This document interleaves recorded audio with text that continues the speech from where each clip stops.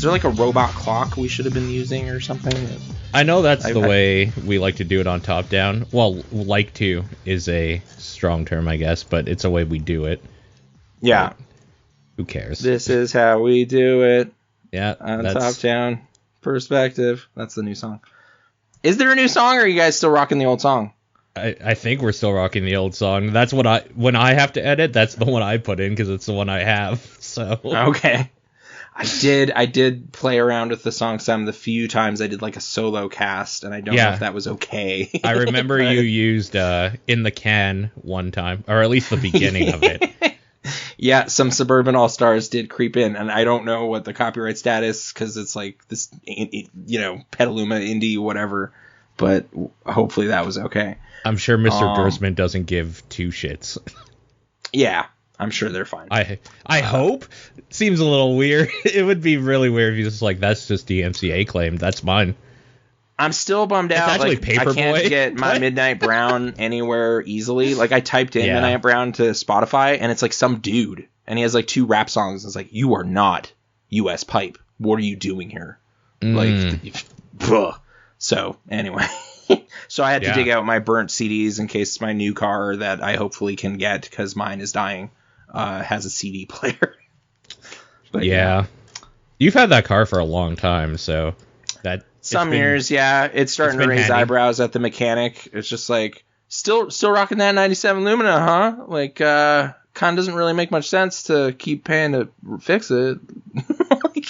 Like last time I brought it in, it's like, hey, do you want to like appraise this? Like, what do I need to fix up? And it's like, well, way more than it's worth. Like, I don't really know what you're doing. It's like, okay. I think we've reached the point then. If they're like, thanks for the money, but maybe look into that. It's like, okay.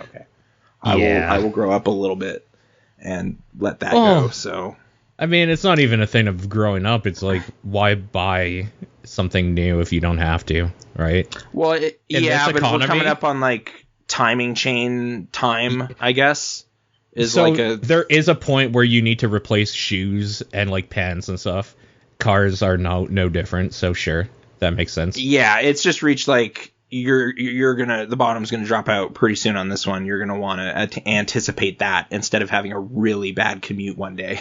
Yeah. Or it's like, I can't come in right now because I'm on Deerfoot and it's awesome. So I'll try. Has that happened? Has that happened? Where you've been on the highway and broke down or straight something? up broken down? Not to me, but I think our family was on like a camping trip or something and it happens. So it's just like, we're waiting for that spare tire and stuff. Oh, it sort of happened on my birthday. We went to a Thai restaurant, a Thai boat locally, I guess, had a great curry and everything. And then came outside and it's like, that tire's flat. Right Thai to boat the, on 32nd, right? Mm-hmm. Oh, we had the donut. Like, we were okay. But oh no, Thai boat on 32nd Avenue. Yes, Thai boat. One, that's the one by the adult source, I guess, is what it's by now. In that weird mini mall, because adult source moved. Earl's in a white spot. I think across the street from I went to. Yeah. Stuff over there. That is. I remember that being kind of a weird little location because it's like in a very busy. Well, not very busy, but like a busy-ish area. But you go in there, and it feels almost seedy. It's like a little darker than you would think, and the booze... There's like a hole-in-the-wall quality. Like, I found something. It feels like a mob hit could happen there. Like it could happen there. Yeah, okay. But they got a nice variety of things, so I don't know. We had a pretty good meal. But then, just the worst surprise after of just like, I guess I'm learning how this jack works, and all right. We did okay, but unfortunately, like the place I love to go for mechanic stuff is like walking distance from my place. So it's just like wobble over there and be like, hey. Everything's kind of walking distance from your place. There's some good convenience going on that front, yeah. That's one of our favorite things about this neighborhood. not the cops using their bullhorns at 6 a.m, waking up to that. I wanted to hear about this. What the hell's going on? I wish I had the end of the story. I asked a neighbor today what happened. They're saying, I don't know, but it was in that building. They were yelling at them all day. It's like, yeah, I know. I don't know. Wow. 6 a.m, just kind of like this droning, like you need to come out of the house, please come out. You have to do that. And then just like pause and then say that again. And it's like, is it a protocol? Like you have to just ask 47 times before anything can escalate in any way. And then eventually I thought it was over. And then I like leaned out the window to like ask a neighbor. And it's like, oh, full on SWAT guy behind our garage. All right, I'm going to go back to the kitchen. We're just gonna have a good day and hope that pans out. And nothing horrifying happened. It was just kind of this cloud of mystery over the street. So and still is, I guess.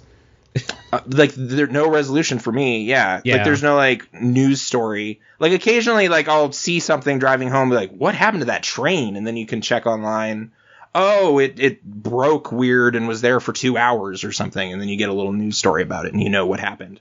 But some stuff just whatever.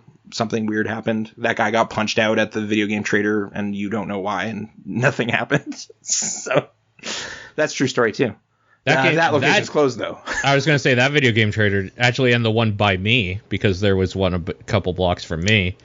Like the legendary one, the main one. The main one, both closed. Yeah. They kind of had to consolidate everything into one entity to survive what's going on right now. So well, and they chose the other location because the other location they had just opened when COVID hit. Like they literally just had opened it. So it was like, well, like their floor space, like it makes sense for distancing too. It's like their biggest space. Yeah. It's probably the most foot trafficked space too. I guess so. It's a mall with like a convenient Safeway. Like there's some reasons to be there. Yeah, for sure. But hey, this is some manner of Pixel Response show. Do you remember that? I can tell you what episode it is. It's 152. Yeah.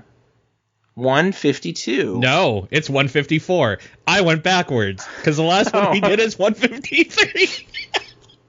We're regressing through time now. The most intermittent show. That was our goal. We kept that in the show Bible. You know. Do you want to know the last episode? Stanley Parable achievement. What were we talking about last episode? COVID. It's literally just all about the pandemic. Yeah. Do you want to know the date? As of 2 days ago, it was exactly 1 year. April 15th, 2020. It's weird. Like every 360 days or so, Nathan emerges from his cocoon and can speak. I mean, I hope I'm out of the cocoon this time. I really got wrapped up this time. That's exactly where I wanted to go. Like, what happened? Where the fuck have you been? Because I've kind of been around. Honestly, I've been cocooning a little bit too. Last year was weird. That was a hard year. For fucking everybody, really. But, like, I also was having a hard time. I kind of just didn't want to do anything. Like, we both know Sean, there's no way TDP wasn't going to happen. He would make sure of it because he, like, actually texts people. It's like, yo, what's going on? Where are you? Like, as annoying as it is, it's helpful to actually, like, force you to do a thing. But, like... Oh, yeah. Like, any kind of routine during some of those months would have been cool. Like, it was really falling apart. It was just like, you know what? I guess, like, the thing was just like, all right, it's just Animal Crossing. What's going on? All right, there's this rabbit. Whatever. I got snacks. Like that kind of thing. We just passed that terminus again. But that was just a regular diet of at least there's something to look at every day that you could sort of build around. But it was such a loosely defined couple months there. And then I was like kind of like thrilled for a bit. And then it's like, you know, I'm fine with work coming back. Like, this is actually okay. I can build a routine again. And okay, we'll deal with that. But even then, I was totally staying up crazy late, like out of control. I don't know. It was getting wobbly again. So with the springtime and like some new medicine I'm on for my kidneys, which is a thing that I don't know if I've talked about on the internet. You have not. But okay. And I've like I've made mention on TDP of like, yeah, Nathan went to go get the vaccine or is going to or whatever. I can't remember. Like after we chatted a little bit, and like, yeah, I was like, I don't know if I should say why he's able to, because I don't think that's public knowledge. Something on this list of eligibility criteria does in fact apply to Nathan. And then, well, thank you for being vague about it. But it's two things really, I guess. Like, because I have kidney disease, I'm on a medicine that makes my immune system bad. So it's kind of a twofer, a reason why I was able. But then right after I like got the appointment, they started opening it. So it's like, cool, I guess. Like, I still get to say I'm 2B, so I get to be all near cool, you know, but which I've been doing. Yeah. But which I've got into those at some point before this happened, but I don't need to elaborate on those. Although Sino Alice is a thing that I clicked on yesterday, and I'm trying to figure that out. Yeah. So just mentioning it. But yeah, a lot of lab work, a lot of 2 biopsies, which aren't really that fun. The first one was at least interesting because it never happened to me before. The second one was more pokey. They're taking samples of my kidneys, and then I just lie in the hospital for a while to make sure I'm okay. And that was a day twice. But really, like, it was all gloomy and kind of lame news for a while. But then this new kind of medicines that I'm on seem to really be doing it. So I'm pretty happy lately. But it was a period of kind of getting fatigued with that. So that wasn't helping anything, But mind your salts, I don't know. I'm not sure if it was like an inherent thing with how my kidneys just are. They were scarring up when I was eating protein and stuff. Like it was something wrong. It's called IgA nephropathy for those curious. Weird. But that's the bad thing that was happening, I guess. And then there's all these great coping mechanisms. One of the bad things, because like, of course you're going through this, and also there's this little thing going around that like could potentially kill you with a lower immune with system. A higher degree. But of course, severity. Everybody that you love as well, really. Yeah. So we've been pretty mask positive over here. Our grocery store is pretty serious about it, which we appreciate. Calgary Co-op, shout out, Forest Lawn. Same here. We have a co-op, and they're the exact. I remember during the like heat of it, it was like 6 people in at a time for the whole store, so like we'd have to line up and shit. There was like 1 or 2 times where it's like, oh, I guess there's a line today. Okay, like that's fine. Like who cares?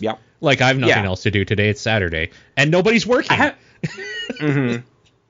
Have you seen any full tilt like COVID flip outs? Like in person? Because like I've never really seen like video worthy like, oh, check out this person, they're doing the Texas thing. It's like, no, whatever, they're fine. Nobody's that chippy, you know. I think Erin did. She like would do more of the shopping for a lot of stuff, so I think she did once, but like even then it was just like somebody was like told off and then they left in a huff. It wasn't okay. So, like, no, I guess. Oh, no. I guess there's been a few of just kind of like, that person's clearly not wearing a mask whatsoever, and then a staff member kind of goes, and they go, oh, I can't. And then they just kind of shy away, and then I go, okay, I'm going to go in a different aisle, I guess. Like, I don't need Tostitos that bad or something. Like, you know. Right, It's like little, like, but nothing too severe. And not to demonize the state of Texas, just, you know, Walmart videos. And no, dude, fuck Texas. The city of Texas. The city of the Panhandle, or some part of it isn't doing it right, and I don't know where that's coming from, but yeah. But you know, shout out to the San Antonio Spurs because like got that shirt in the mail. It's gonna be awesome. It's got the coyote on it. I didn't even write down basketball, but I can't talk about basketball, or this is gonna be a basketball podcast. Right. But yeah. Do you care about any of that or basketball? No. Okay. And so like Hank's the guy then. Any sport at all has just like taken a huge dive. It's like, well, there's not even crowds anymore. Like there's I don't care anymore. It's kind of eerie or weird. Yeah. It's just like this is just a relic from like how it used to be. Some of the teams I'm watching though like are in kind of less serious states like the aforementioned Texas or Louisiana. So there are crowds, and it's just kind of frowning at them and being like, is this blowout game against the Mavericks really worth being in danger? I could see that. Know. See, what I was thinking of, because I like hockey more than anything, and like the last thing I remember hearing about is, oh yeah, the Vancouver Canucks are all sick with COVID. It's like, oh, well fuck my sport, I guess. It's like, well, what are they going to do? That's really bad. Should they It's like, oh, they're going to lose for the year. It's like, yeah, so who cares, I guess? Like... Oh, there was tons of that too, where it's just like, wait a minute, like we have like the minimum roster available because of COVID. Can we just like postpone this game? And there would be like intermittent, like, no, yes, no, you can, you can't. And it's like, what's going on? Like it was kind of this season has like a big cloud over it. Like no one's gonna be happy. Last season, I felt at least needed to be resolved. I was like invested. So the bubble system they did was like, I need this. Sorry, like this is helping me finish a chapter of something. But this one, I don't know. I'm starting to fade on it. It's just like so many caveats, so many weird like situations. I don't know. It's been hard to be excited. Also, my team sucks this year. It's the Rockets. They're toasted. It's the grossest stuff. Do you remember, have you heard of what they wanted to do for UFC when this was going on? The like Fight Island? Like Dead or Alive for real? Yeah. Yeah. Just like buy an island and Yeah, and then just like make sure everybody who goes out to it is COVID free and then just fight forever. And it's like, are the fighters cool with just being isolated on Fight Island? Like, what are you going to give them to? Because, like, all the basketball players were in this, like, resort, and they had fish brought in for them and, like, meals and stuff. And they were still like, dude, this kind of blows, though. I'm here for months. Like, it's kind of the nicest prison you could make, but what are we doing? Totally. Yeah. You know? So, it's in a weird part of the world, too. Like, right off the Emirates or whatever. So it's just, like, for a lot of people... This is like literally across the world for them. I don't know. It's weird. Mortal Kombat. That didn't get to happen, right? Like that just was a crackpot scheme Dana White had. I think he still wants to do it though. Like I don't know. I'm not actually sure what's going on with that. But do you also get that sweet like international waters, like nails? Maybe it gets wilder out there. Well, I don't know. It's probably more like if you have money, you can do anything in the Emirates. Yeah. Still shipping stuff there. But yeah. They need those pipes or whatever. It's important. It's their business. It's their whole like business. It was Alberta, but before Alberta died. I'll pivot to one more sports thing because it plays into the like eerie empty arena thing, but that was sort of like part of the hook for me was sumo wrestling last March. Like it was the only sport that I was like, you know what, let's do it, because everything else froze. Like I was at work watching basketball when it's like, all right, this Mavericks game right now, Mavericks again. This is the last game that's going to happen because we're shutting it down. And it was like, whoa, okay, what? And yeah, Rudy Gobert is sick. He's sneezing on microphones, being a dick. We're done. And it's like, okay, great. What do I do now? And then I found this YouTube channel by this dude, Jason, in Japan, who's just like a big fan of sumo. Oh, man. And he's just hosting little, like, charming little, like, hanging out in his living room video watching. Shout out to Jason. Damn. Jason Harris. Yeah, dude's doing it right. And it was the weirdest tournament because it was in Osaka, but they decided, all right, no people. They can't be people in here. And that's like the only time I think that's ever happened. World War II, they closed it for everyone except returning soldiers because it was just like, you guys have seen a lot of crap. You can come in here and watch some sumo. But it was like closed to the public. Sure. But since then, it's just been like, no, whatever. It's time for the Basho. Let's go watch it. But this was empty stadium stuff. So I don't know. It was just this like historic tournament. And then it was also just like the only thing going on. So I got way invested in that. And I've watched like every tournament since then. And it's just like a really weird, cool, like, I love how it's structured. Like, unlike UFC where I have no idea what's happening with like, so why is this guy fighting this guy? Is he like the highest ranked guy or what are we doing? It's just like, no, there's like a hierarchy of thing and you go up the ladder like in Tekken and whatever. Like it makes sense to me. So, sure. Like in Tekken. Yeah.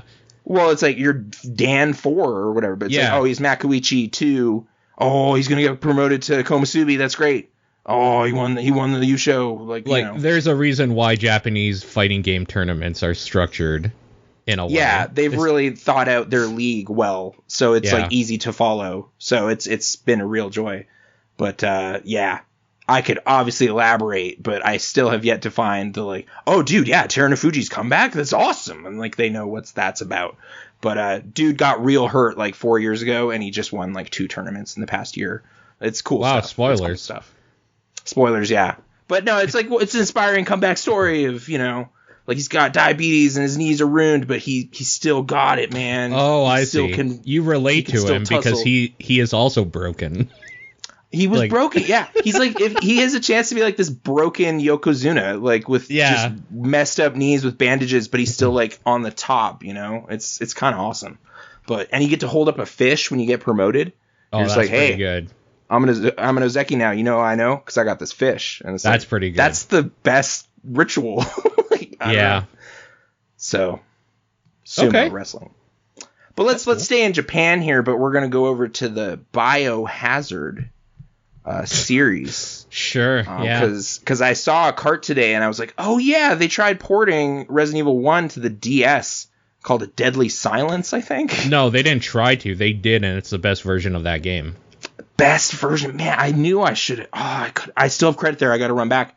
But is that part of the marathon and the lead up to Village? Yeah. So for Resident Evil 1, I went Chris, Arranged Mode, Director's Cut, PlayStation, Jill, the Rebirth mode, which is exclusive to that version. And so, because I like showing that game off whenever I can. Because that game's fucking weird. It uses... Which one? Sorry, Rebirth? Rebirth mode in Deadly Silence. It's a new mode of that game. Adds first-person knife fighting rooms. And... with this touchscreen slashing? Yeah. Like pre Fruit Ninja cutting? Yep. Wow. Yep. Adds puzzles that use the touch screen, like rearranging some things and like turning stuff. Like with Phoenix Wright, they did that case that had like, scroll through the video and like tilt this around. So that was in this case, it's like a turn the wheel sort of thing, which feels so fucking bad. And it's in a room where you can insta die because you're locked in with poison. And it's real bad feeling. Have they just like really figured out DS emulation, or do you have some weird capture kit or something? DS emulation, yeah. I do own the game. So mouse scroll, like mouses. Yeah, for the touch good stuff. Hey, if they calibrated that so it feels okay, that's something. But I do own the actual game. I actually bought it right there. It's just like, no, it's legit. I actually bought it in 2010 or 2011. Whenever we all went to PAX together. Like, I know there was a couple years. I was digging up a bunch of weird old PAX stuff too. It was just like, oh wow, I like met that dude, like Matt Thorson, like Towerfall guy, just like handwritten card. It's like, oh wow, okay, that's a weird thing. That yeah. That might have been E3, like when they were trying to do the Ouya. That would have been E3. Yeah, but just a mitt full of like Midnight Club Los Angeles stickers that I remember them like throwing at me. Like, okay, yeah, thanks. I don't know, and then just like keep this in a bag for 13 years and find it. It was specifically the year that we went all together and like shared a room or whatever. Yeah, all of us. There was like 8 of us in that room. I have some badges and stuff from that era on my door now. So yeah, there was like 8 of us in that room or something. Like it was stupid. But that was a good one though. That was a good PAX. I think PAX, it was 2011. West no, that was PAX Prime at the time. We got to call it that before it was PAX East Prime. Got big. Was East even a thing yet, or had it just started that year? It was very early. They were playing. Yeah, I'm trying to remember when the first East was. I thought it was 2012. I thought it was the year after the one I'm talking about. Maybe you're right. Yeah, I've never been to East. I've just heard about it. Because who would want to go to Boston? You know. Yeah, I don't know. There's some cool things happening in the state of Massachusetts, but also really not. So it's hard to justify. I don't know. I haven't. My wife has been and took a picture of like a Fraser Crane standee at like a Cheers tourist trap, which I was grateful for. But yeah, not nothing quite pulling me to Boston yet. But Freeze Pop finally finished their Kickstarter, which I appreciated. They sent me some stuff. Nice. So I was wrong. Area. PAX East was 2010 was when they started that. So it was a year after they had started it. It was still PAX I almost Prime. wanted to say they had like Red Dead Redemption in some big way, and Prime didn't. But I just felt that had happened because I definitely didn't encounter that game firsthand, really. Sure. But yeah. Okay. I mean, the tail end of that is I remember playing it, waiting for the giant bomb panel for like an hour and a half before it opened in the line, and I just played through that game on my DS. Like, I brought it to the convention to like play. Right. But you could like speed run that game anyway, right? Well, because that game, that version in particular, also has door skip because it doesn't need to load anything. So okay, just like I could watch this funny fast animation, but why? It also, if I remember correctly, is the only version that has like the colored Japanese uncut intro as well, with like the blood and stuff.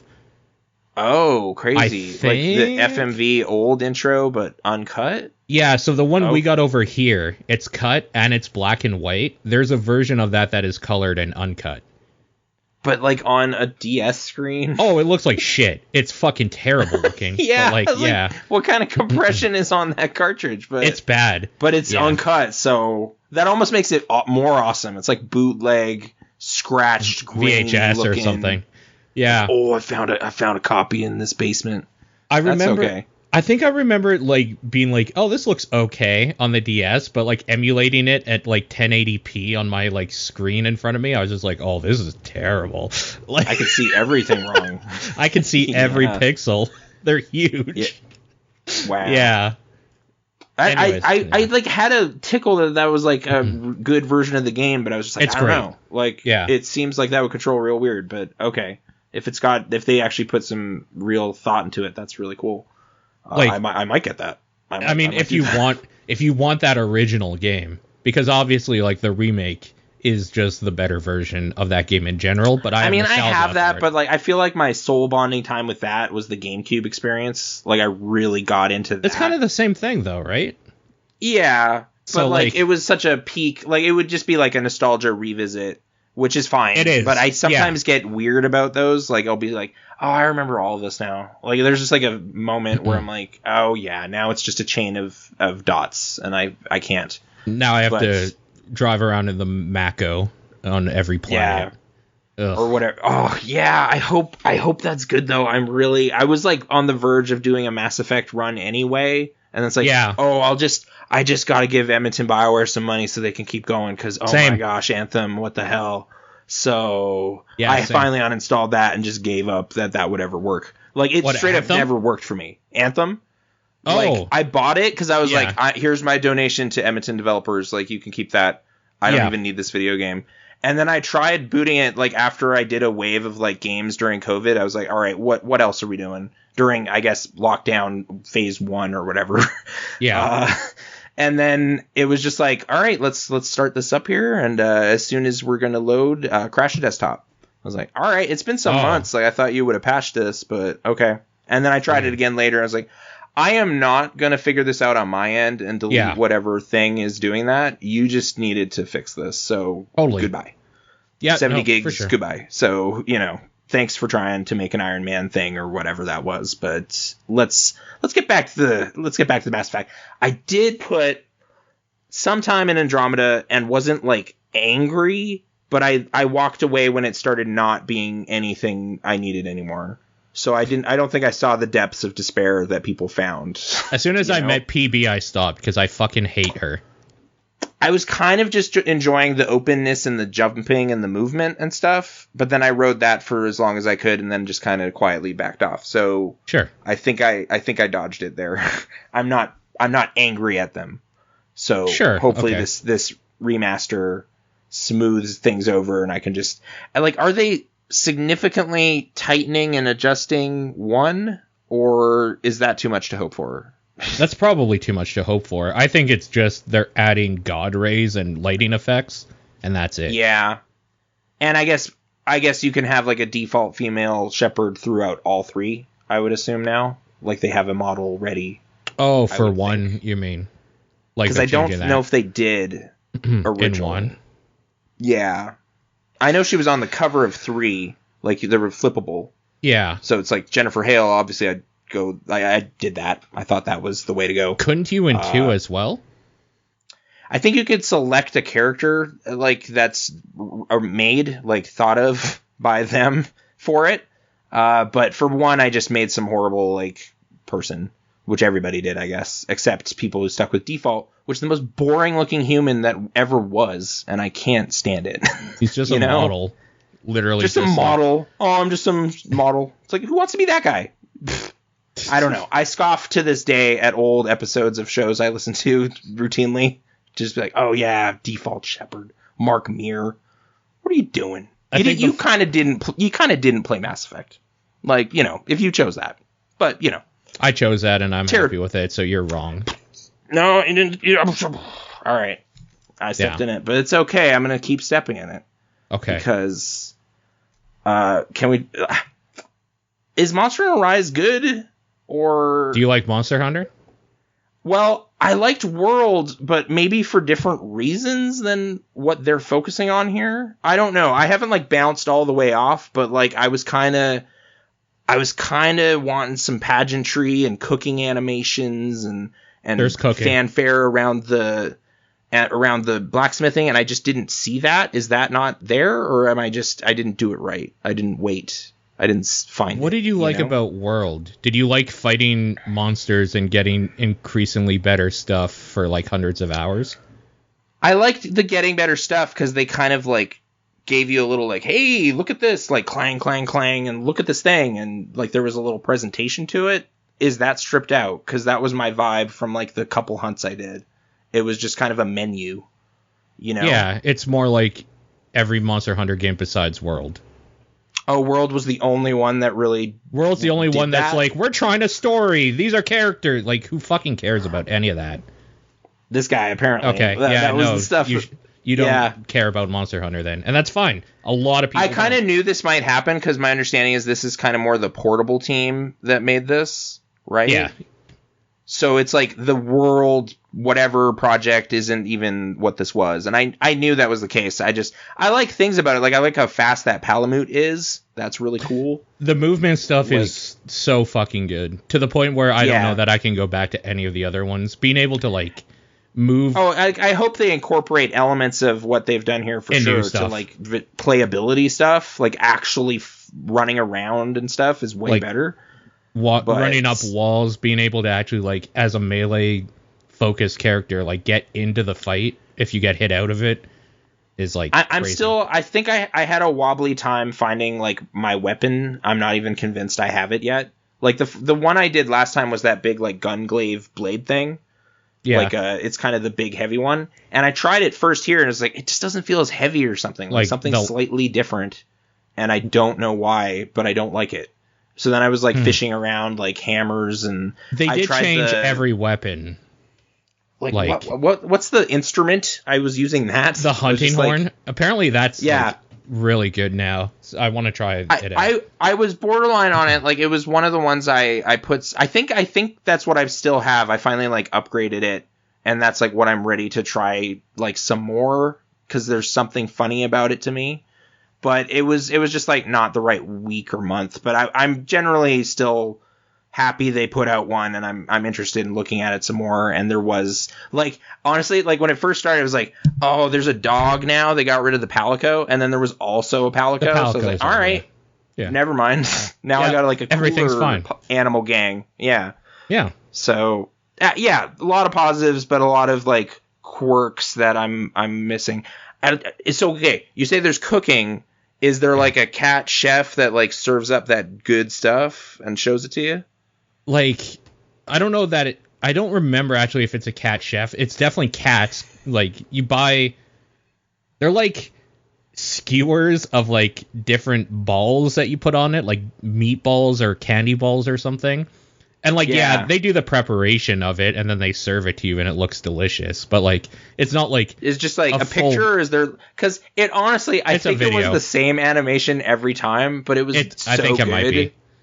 Yeah. And like, I was just like, you know what? Like, I know I totally didn't order a turkey or whatever that is, but I'm still happy with what you're showing me. I don't believe the Meowscular chef himself is back.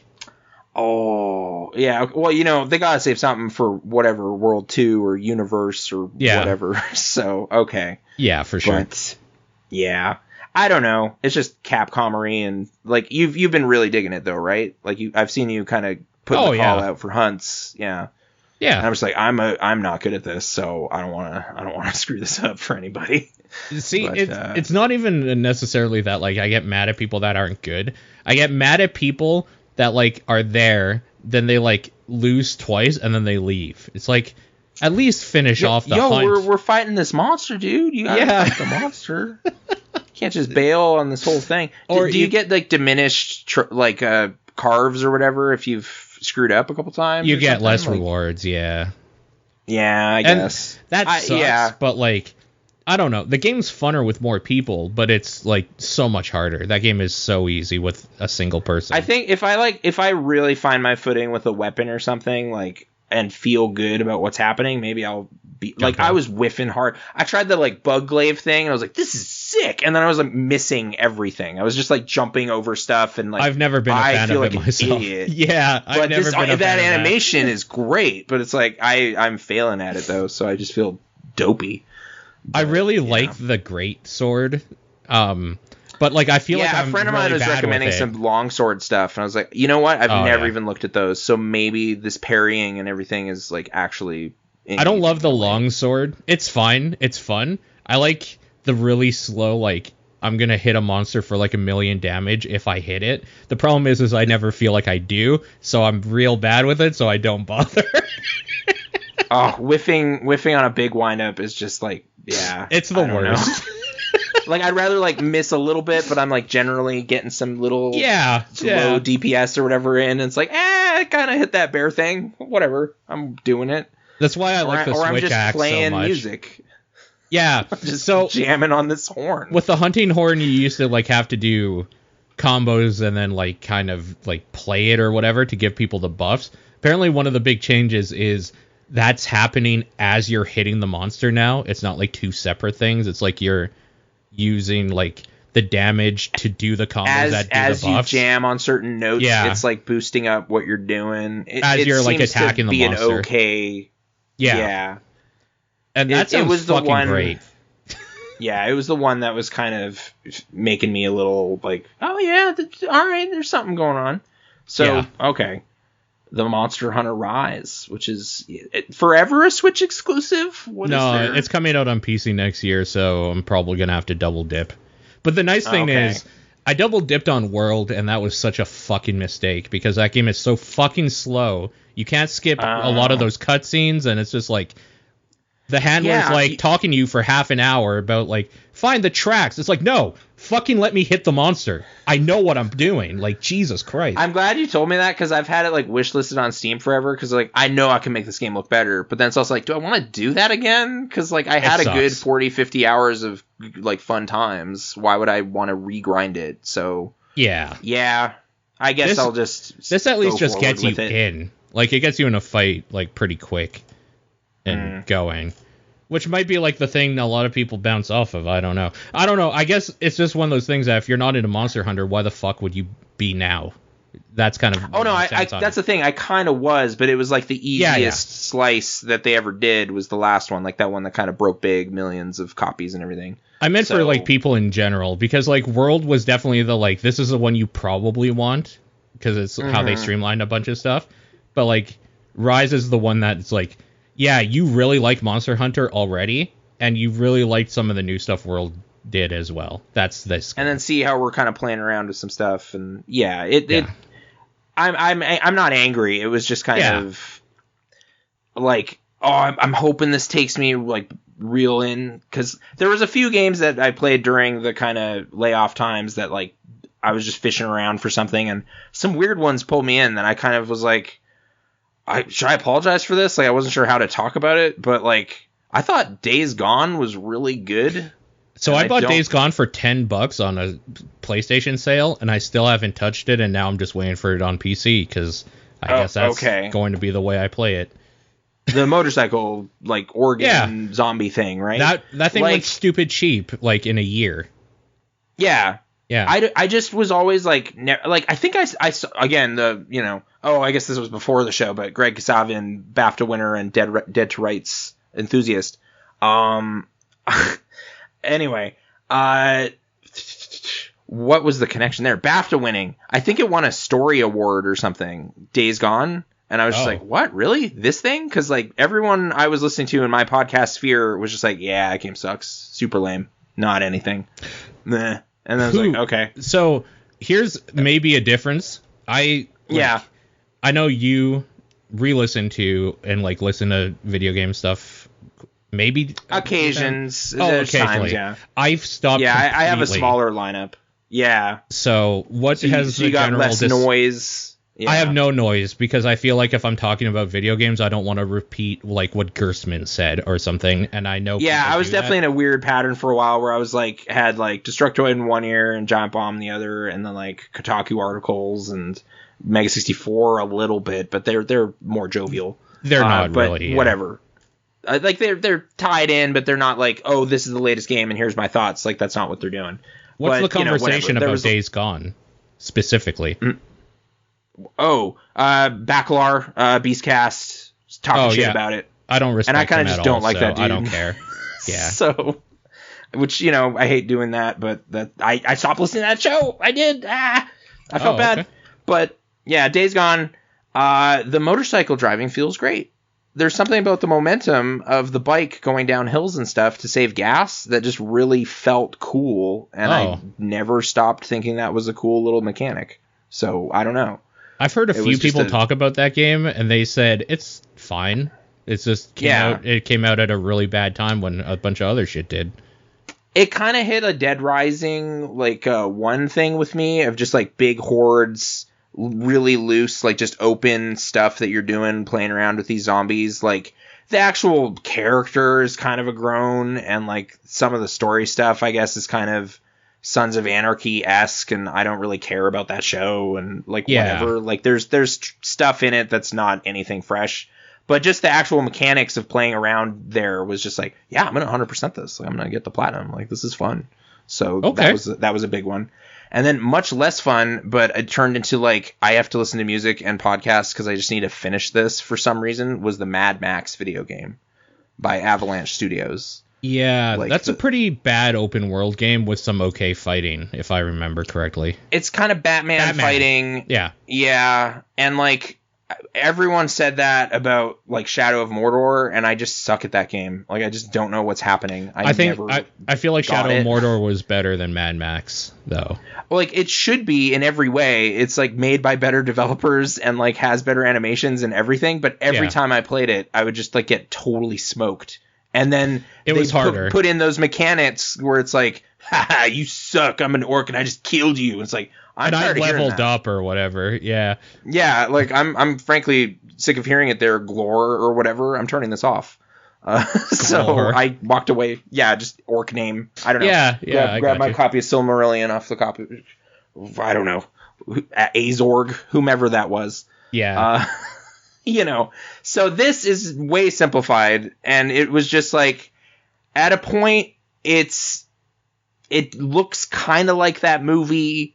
It's got cool cars in it. There's like a loop of things. Like there's open desert stuff that's kind of crazy looking. There was like a lot of good things in there, but if you want that platinum, which I did for no good reason, it's the most soulless thing for like the last 20 hours. It was just like, all right, which cars do I need to win the race with? All right, let's go there.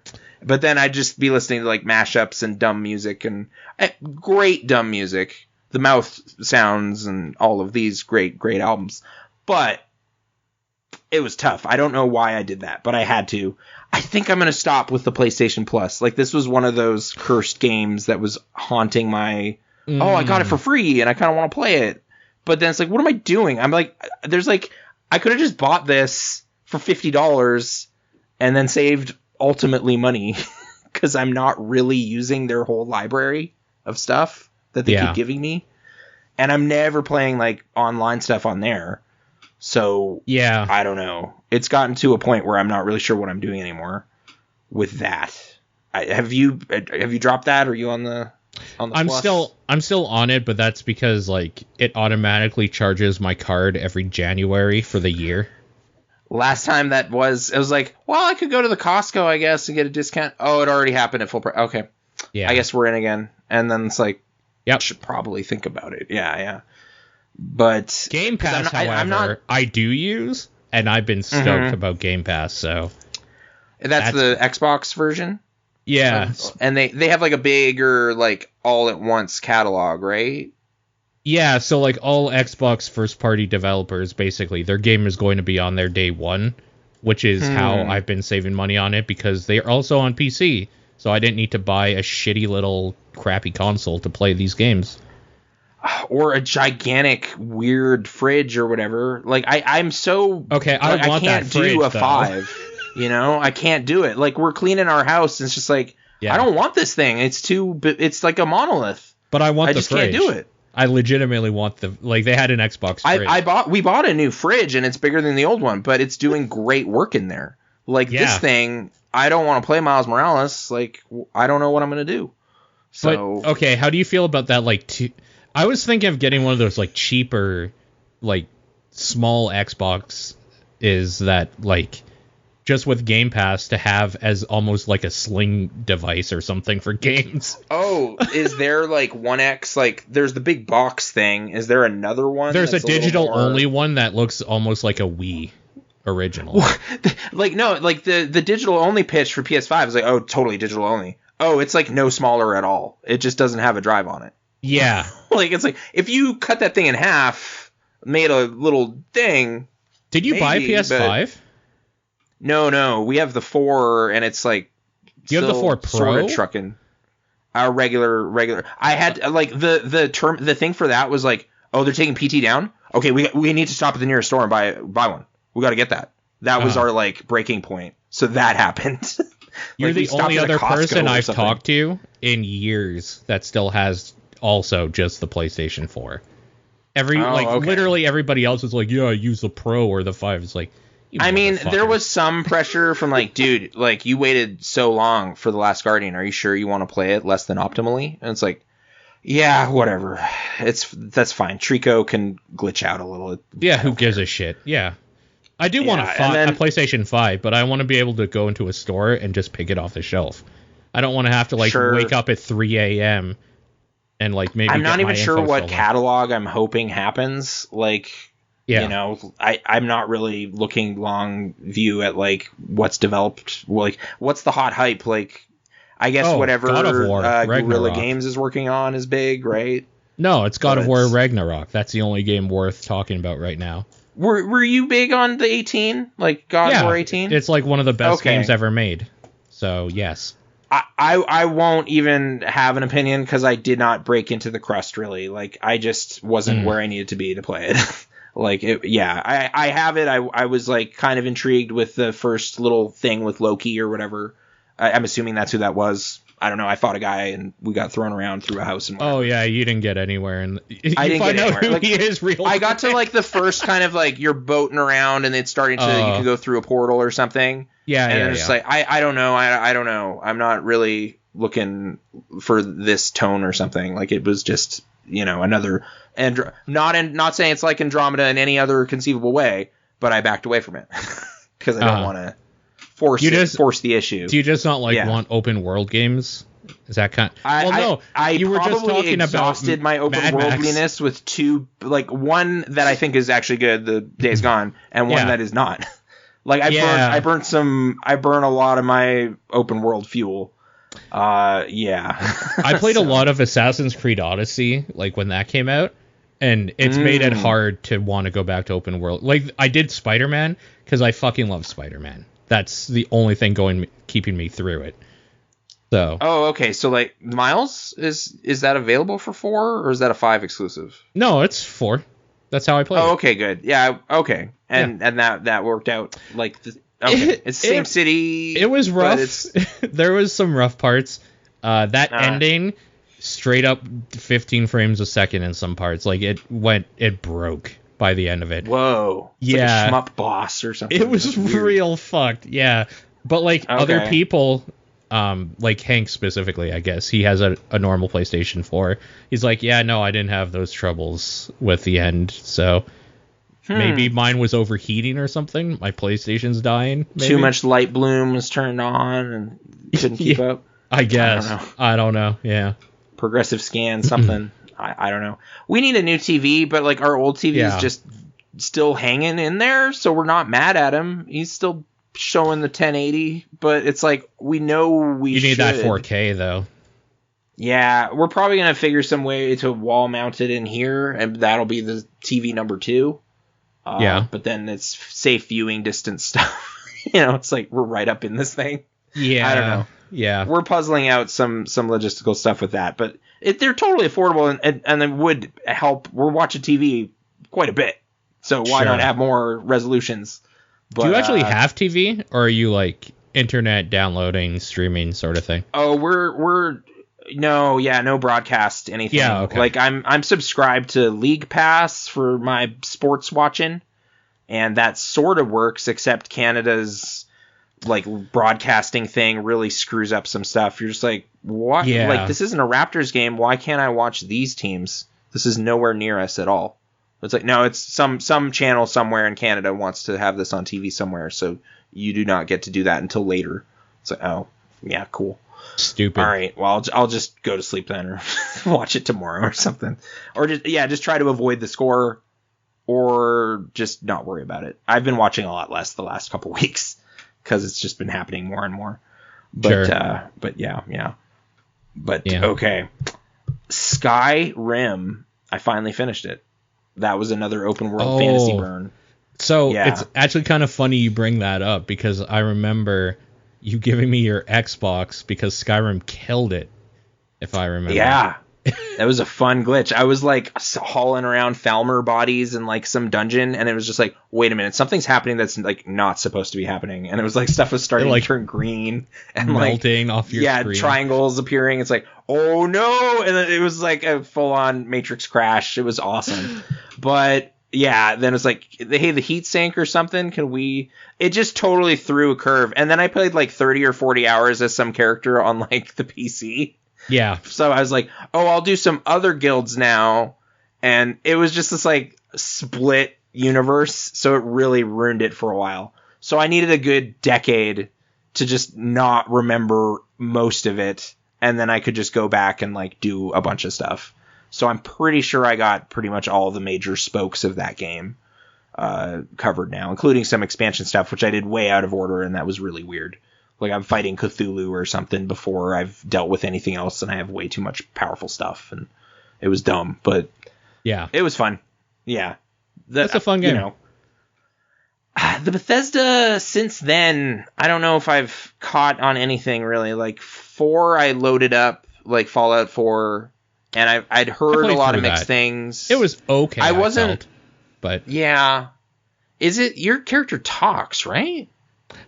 I think so. Like, there's so I think I'm one of the few people that actually kind of likes what VATS brings to that, like a weird tactical shooter sort of thing. I kind of like the gameplay and like the environmental design. I kind of don't care about the writing and the story in Fallout. Oh, dude, no. Yeah, like, and I kind of never being in a have. cool dungeon and fighting weird mutants is actually the better thing going on. Which is kind of why I didn't mind 76 either. Oh, okay, yeah, that I guess that sort of had a turnaround. It definitely launched the roughest thing ever. I played it after the turnaround, I should say. I didn't play it before, because after the turnaround, it came out on Game Pass, and that's how I kind of played it. I was like, oh, this is just mechanically Fallout with, like, no story. I don't fucking care about Fallout story. This is kind of great. Like, it's fine. Oh, they stripped out that thing. I kept going, yeah, that's not... All right. That's not that funny. The fact that I can't kill the quest givers is really bad, though. That's broken. Okay, the one thing, like, you're playing on PC, yeah? Yeah. Like, are you turning off encumbrance, like, minute one? Because that was the keystone. Oh, okay. That was the keystone for me in my hoarding ways for Skyrim. Like, I was like, oh, this is unplayable, actually. You guys actually made a bad game. Oh, I can turn it off. Okay, never mind. No foul. I can now play your game. Thank you for doing that. So it's just like a mental thing. I'm just like, I'm not going to not take this ebony dragon claw. Like, I need it. So that's going in the inventory. Like, I got better about, like, I set a mental limit. I set it at like 5,000 or something. And then if I was getting anywhere close to that, I would go to like a house and decorate it, get that number down a bit, put some pride in like these swords I don't need and whatever. But I couldn't not take good stuff. That's like counterintuitive somehow to what we're doing. I don't know. So like that was my impulse. So. I kind of developed just getting used to not picking stuff up, probably from Skyrim for that, and I feel like it's helped me in every game that has encumbrance ever since. I use potions, I eat the food if I need it, I throw shit away if I'm not using it, and like it's made it so that's never been an issue. Do I need 600 carrots? It's like, well, I don't, not right now, but what if I do? I'm gonna have to have it. What if I want to do the cheese wheel joke? I might need this. In a big way, I think Skyrim actually made me a better just video game player because it forced me to get rid of shit. And like, because I used to be the person that's like, I would end the game with a million things that could heal me and resurrect me if I died. I never have that problem anymore, and I still end off every game with like 10 potions and more. 7 Remake was the game that was like, oh no, I know this will end, so I'm going to use this elixir. Like, somehow that game really, like, got me to where I'm like, no, we should use our mega elixirs, dude. Like, we kind of got over that. Yeah, there. Okay, I could see that. But that was the classic series where I just, like, hoard everything all the time. Like, at the end of 10, I stalled out on this boss battle, but I probably was still not being smart about what I'm doing, because, like, it's the last boss. Yeah. Go all out. That's the whole, why wouldn't you... Yeah. What? But it was just like, no, I don't know. I like, these were really valuable. Some stupid thing. Yeah. So, yeah, it's a good habit. It's also what made me, like, really, like, keep Googling it and keep not getting the answer I need about the Demon Souls remaster. Did they take that out? Can I have all the hoarding? Because Dark Souls lets me do that. Did they change it? Oh. Yeah, no, I think it's the way Dark Souls is. It always was? Yeah. Okay. I don't know. I have to break the habit to do it, or I'll just have to move forward with the series. Like, just be like, all right, they didn't quite have it yet. Or honestly, I might just play 1 again. It's just my favorite. I don't know. But I'm told the Bloodborne, you should play that one, right? That's one of the tops. What's the tops? Did you keep up on all those? For the Soul series? Soul series, yeah. I kind of hate Bloodborne, so like I don't agree with that. Oh, all right. It's just that seemed to be another, maybe it's a world situation where it was accessible or something, but people talked about that one a lot. Oh no, what should a DS1 are so cool. Like everything about that game except for the way it actually plays, and since it's a video game, that's important to me. Sure. Is cool. Yeah. Okay. But what are like the top 3 Souls in your catalog then? Okay. For me, nostalgia-wise, does that take it in? Or I can be like pretty objective it doesn't, about it. Yeah, anything. Okay. For me, you don't have to be mechanically correct. I actually kind of hate that because it's like, okay, I'd like 1 more than what they were doing with 3, but okay. Like, so for me, it's Dark Souls 1, Demon's Souls, and then probably Sekiro, maybe. Oh yeah, Sekiro isn't too dramatically different. It's super different, but I kind of like how different it is. It's kind of like it feels like what Bloodborne almost wanted to be, but like didn't have the balls to go full out with it. Sekiro is like you have to learn that combat or you're fucked and you'll never get through it ever. And Bloodborne is like, well, Bloodborne was weird. I felt like I just chose the wrong weapon, or I was just not understanding what it wanted me to. Like, you have to be aggressive. It always wants you to be attacking. I don't want to be. Well, you have to. You have to get in there. You have to, yeah. So I don't. Okay. Sekiro is you have to be aggressive, but when you can't be, you still have to aggressively defend yourself. Like, you have to go in there, like slash or whatever, do like whatever you can, and then get ready to block like 10 million attacks and then just keep fucking going. Like, you have to just keep going. Bloodborne is like, if you get hit, we're going to pretend like you have health, but actually everything does like 1 million damage, so it's going to one-shot you anyway. Like, why even bother having health at that point? Fuck you. Like, and the reason is because they put in this mechanic where you take a hit and you can see your, like, how much health you lost, and the idea is you're supposed to, like, get enraged or something and fucking attack and get your health back, kind of like heal by killing things. And the way it actually works is you get hit by something, you see how much health you need to get back, and then a follow-up attack finishes you off. Like, but because they put this weird, like, healing mechanic in where you can kind of gain your health back, they felt like they had to overcompensate by making everything do, like, 10 times the damage it should. I was digging the, like, Victorian aesthetic thing, and I heard it gets all Lovecraft, and that was intriguing. It's a complete eldritch horror after, like, 4 hours in the game, and then it's like... Yeah. Everything about that game is cool, except it feels like fucking shit to play, and people that say differently are wrong. There's no, like, Monster Hunter, like, oh, you chose the bug glaive, so you're gonna have a bad time. Like, there's no just working around it. Yeah, it's just, no. Like, all of it feels that way. I feel like there are weapons that, because like, I did you choose that wrong. chain whip thing, and it's like, oh, you kind of screwed up. And it's like, okay. People say that if the threaded cane or whatever, is that the one you did? Apparently that's the worst weapon in the game, and, like, I don't know. They all feel kind of bad except for, like, 3 of them. But, like, the weapons are cool. So, like, I want to play the cool weapon. Yeah, I saw my friend's, like, endgame stuff, and he had some crazy buzzsaw-y thing. I was like, dude, but I don't have that. So, you know, it was, like, sort of Castlevania-esque, weird, over-the-top, like, scythes and things, and I was not seeing those. So. Also, I feel like I probably need to say it's definitely not, like, the worst in the series, but it's the one that I feel like I should like more than I do, and that infuriates me. Yeah, okay. I'll feel less obliged to keep punching it then. I'll just, I don't know. What are they working on now? What's on the horizon for that team? Oh, Elden Ring with George R. R. Martin or whatever. I have heard those words, so okay. I'm not completely off planet. Also, but, okay. Like, part of a trailer leaked and the internet broke its fucking brain about it.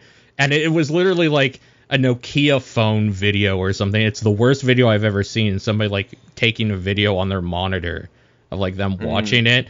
And it's, like, alpha footage, so it looks bad. But, like, still, the internet's like, Elden Ring exists! And everyone freaked out, but... I don't know. It's fucking weird. I guess I could always listen to your guys' episode, but did you have a clear runaway favorite game of the year last year? Or, because I do, and I felt like I was, like, on this weird island of just like, oh, really? Nobody else? Okay. Runaway? Yeah. So, like, Hades was my game of the year. Okay. I put like 100 hours. Brittany played that and really dug it too. So I got super I just have into some isometric disease. I can't get in. I don't understand. It's like a mental thing. So I like that style of game anyway. And then, like, you add in a story and, like, a reason to keep doing runs, and, like, you have me for, I think it was 90 something hours, and it's like, yeah, you have me. So. The game that actually hit me the hardest, though, that almost took it, was Spiritfarer. I got that after I heard some interesting conversations about it. It's on my docket, but I've heard it's real heavy, so I need to know it's a when game I need all that, about, you know? That's a game all about, like, being okay with letting go and, like, death and stuff like that. And it literally hit, and I played it the weeks my grandma was dying, and, like, it ended, and then she died, like, a few weeks later, and it just hit so fucking hard that I was like, this is weird timing. Yeah. That's so, yeah. Yeah. Heavy. Yeah. No, I heard it ties into that. I swear this is the worst. Like, I'm not trying to, like, oh, that's kind of like something we just talked about on this other thing, but we did. This movie, Bringing Out the Dead, kind of did that for me recently. Like, helped me really think about my grandpa. Cage one? Yeah. The Nicolas Cage movie, Martin Scorsese. I haven't thought of that movie in like 20 years. What the fuck? I know. I hadn't in like a decade. Okay. I just remember this weird, dark, edgy movie. But like getting into it with our show, OK Video, we kind of looked at it again. And I started a cast with a friend of mine about our movie store days.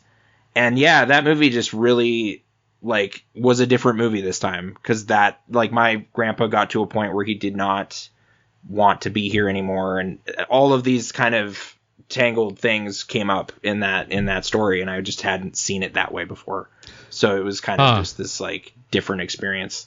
So that's our next episode. I feel this is so shamelessly pluggy at a horrible time, but it's true. So I had to I did that. But yeah, it is interesting how like rewatching stuff from your childhood or from the past in a different mindset, it's like this is a completely different thing.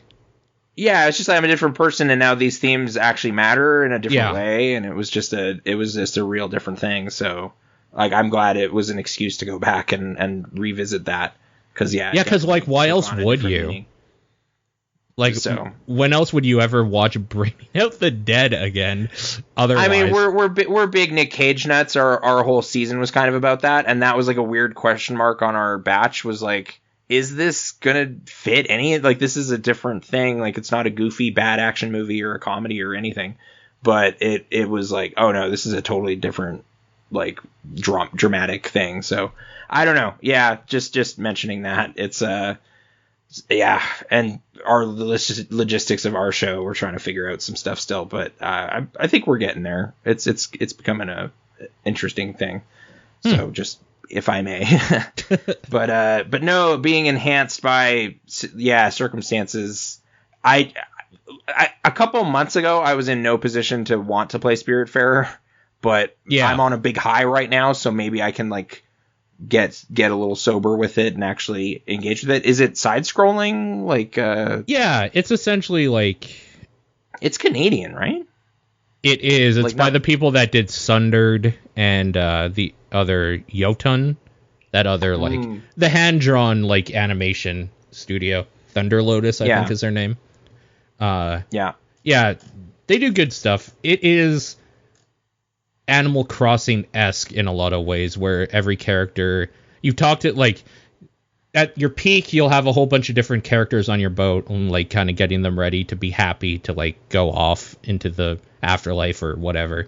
You're kind of so you play the Spiritfarer that brings people to the final gate from Limbo when they're ready to pass on and like not exist anymore. Was Pyre kind of like that? That's what I remember hearing. But was it more abstract about it? Like it's like Pyre is definitely a little different. Yeah, Pyre is almost more like a Mass Effect. Too. Oh, I seem to remember like, you kind of get these connections with these characters, and then there's a point where they have to leave or whatever. Yeah, was the dramatic moments, but. If this is more pronounced, like explicitly about like this is more like you're helping them get ready for get over it. Yeah, or... exactly. That's exactly it. Okay. Yeah. Yeah. And I mean, in the end, it just kind of ends up like helping you be able to like deal with loss, right? Because you get attached to these characters, you spend a lot of time with them, and every single one of them you kind of help, and it's like it's okay. Like at some point. Everything leaves or everything ends, and that's okay. And like, I think when you're dealing with that, like in your personal life, it hits harder than it would.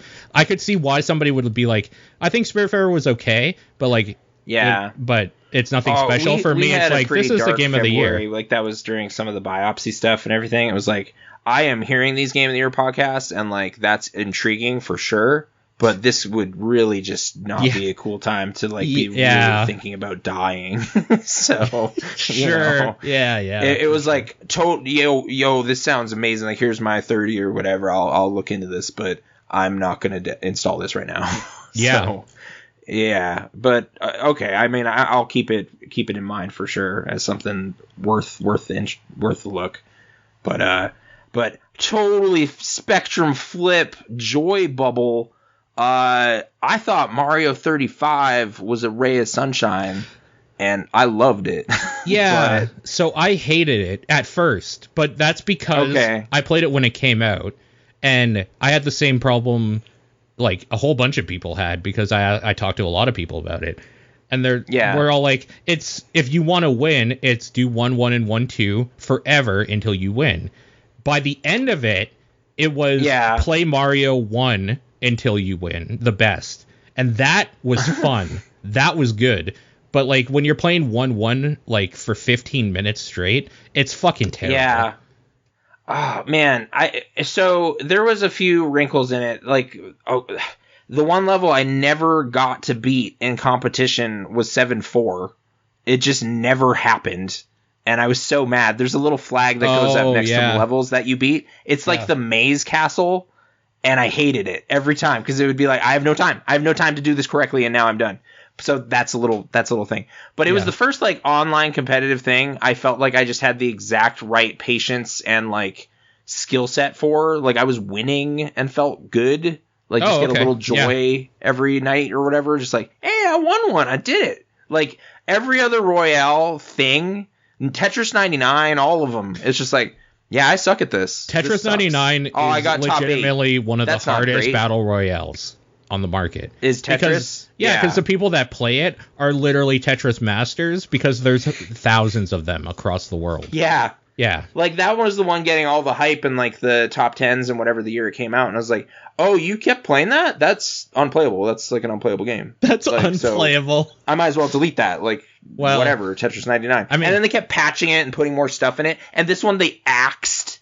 Like, it was just like, all right, I don't know what's happening. I had a euphoric night the day it died, though. I was like, I gotta go back in. I'm gonna listen to Mouth Dreams. I'm gonna play until it dies. And then it was like, it's not dead yet. I don't know what's going on. I played, like, glorious, like, 2 hours, though, and then it's like, all right, let's cap it. And had a great night. Oh, my God. But it was just, yeah. Do you remember when Halo 2 was dying and they kept it alive for like a month or two because it just like kept connecting to the same game that people were playing? Yeah, there was like some dedicated posse that just stayed in. It's like, we'll see what we can do. I'm putting ice on my Xbox. I don't know. Like, let's see if we can keep it rolling. It just reminds me of that. Yeah, that was like a fun keep the fire burning kind of thing, but I was sort of into that zone. I was like, oh yeah, it's ending tonight. And then I had this wrinkle of hope. It's like, wait a minute, was this the best April Fool's joke ever? And we're going to wake up and it's like a fun surprise where it's like, we were just joking, man.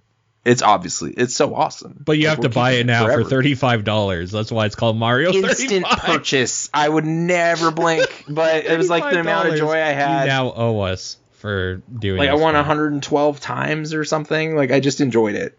But yeah, it was just like, oh, the secrets I know from this dusty old like Super Mario All-Stars or whatever actually like matter now in a different way.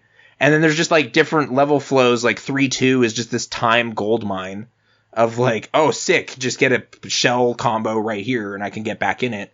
Like, just little things. But you're right, like the 1-1-1-2, 1-1-1-2, 1-1-1-2 grind. Like, the 2, you get to at least warp, and maybe there's another level for you. So, but, also, the problem was around that time, like, is it 2-1-3? One of the ones with, like, pits was also the one being in rotation. So it's like, if you get that, you probably just lose, because people throwing shit at you and being able to insta-die is like the worst combination. It was weird too. It was the first time I was like seeing the patterns in that game. I was like, oh, the 3s are like the weird pit levels. Yeah. Okay.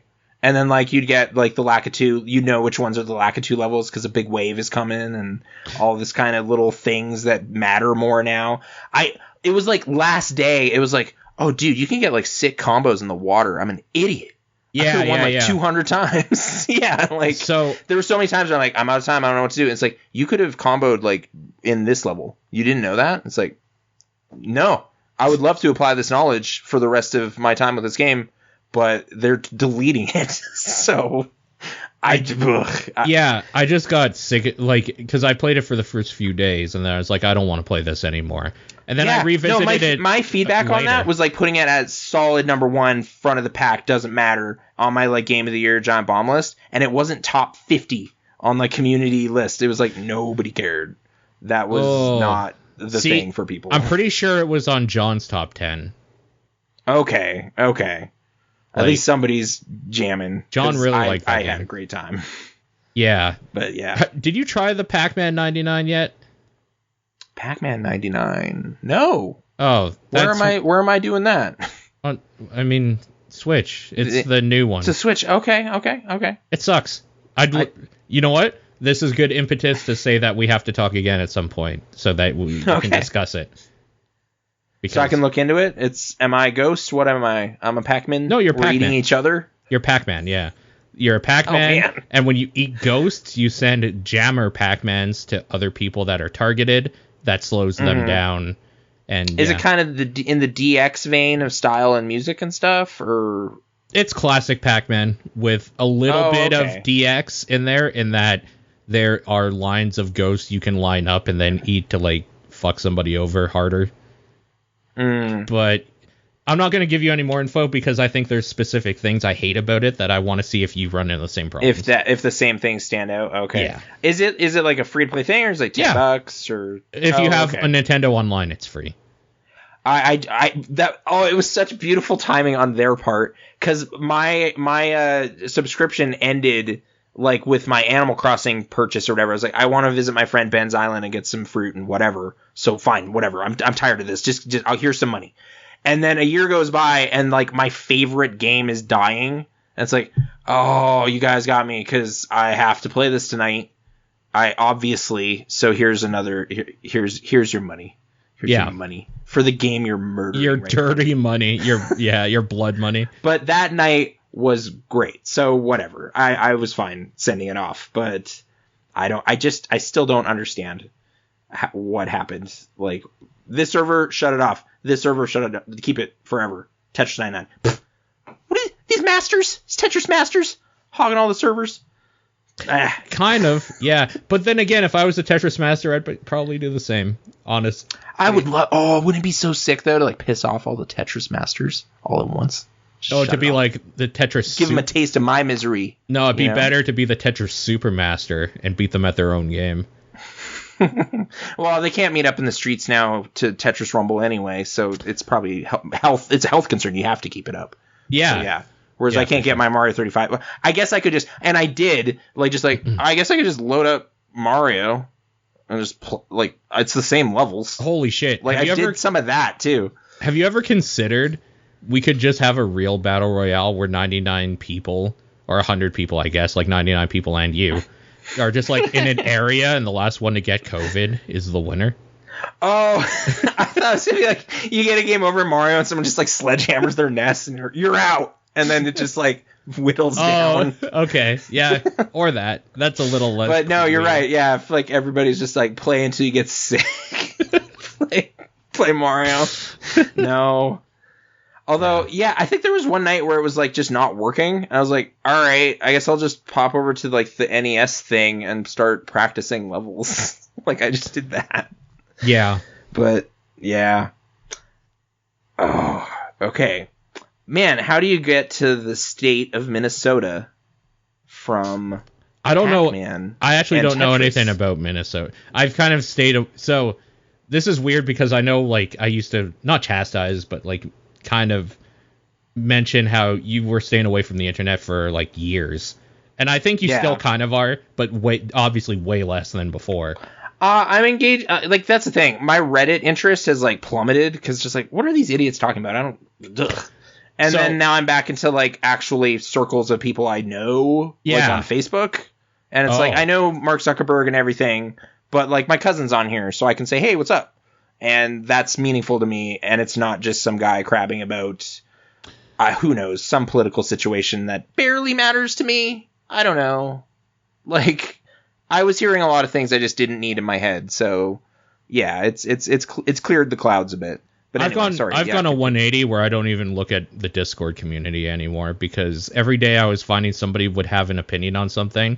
It's like, why do I care what your opinion is? It's just bugging me. Like, fuck all of this.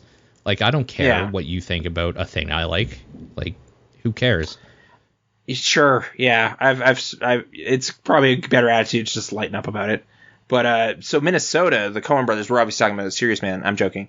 Where were you going with the state of Minnesota? Yeah, that I just kind of have been staying away from the internet in general. So anything that's not directly Calgary related or something like silly that would be passed through like my family or Aaron, I just don't really get anymore. So I have no idea what's going on in Minnesota. What's going on in the state of Minnesota? Oh, okay. My like recent rediscovery of Mystery Science Theater is what I'm trying to get to, because they're like this weird thing that happened in the Minnesota St. Paul area outside of kind of the Hollywood system. And I just thought that was really neat. Did you ever get into their thing? I kind of don't respect it at all. No. Okay. Like, John must have, right? I swear he was like John loves it, I think. I'll have to talk to him about it. It's probably But John. it was just, there was this thing, like, Mega64 was talking about Pluto TV, which you asked if I have TV. No, I don't. But this thing sort of emulates the broadcast cycle. Hank has been talking about this for years, actually. He's the one who got me kind of looking at it. It's way better in the United States. So we're getting like the sliver of it. But it was a pretty good sliver because it had Mystery Science Theater and like Shout Factory stuff. So I was able to kind of like, okay, like some weird movies on that I've never heard of with like Tim Van Patten or whatever. And it's like, sure, that's on.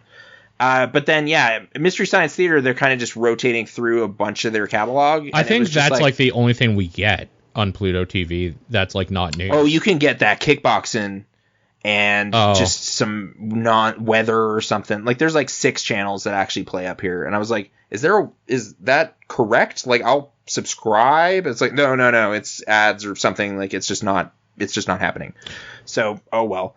But then it was just kind of like seeing how they're managing this like 30-year-old library of content, and like they have their Twitch going on 24 hours. So if you've like seen Mitchell 4 times this week already with Joe Don Baker, and you're like, you know what, it's funny, but I've seen that one.